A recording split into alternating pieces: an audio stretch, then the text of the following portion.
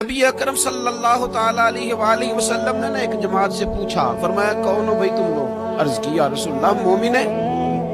हुजूर अलैहिस्सलातु वस्सलाम ने फरमाया तुम्हारे ईमान की अलामत क्या है? अर्ज की या रसूलल्लाह सल्लल्लाहु ताला अलैहि वसल्लम हम मोमिन हैं।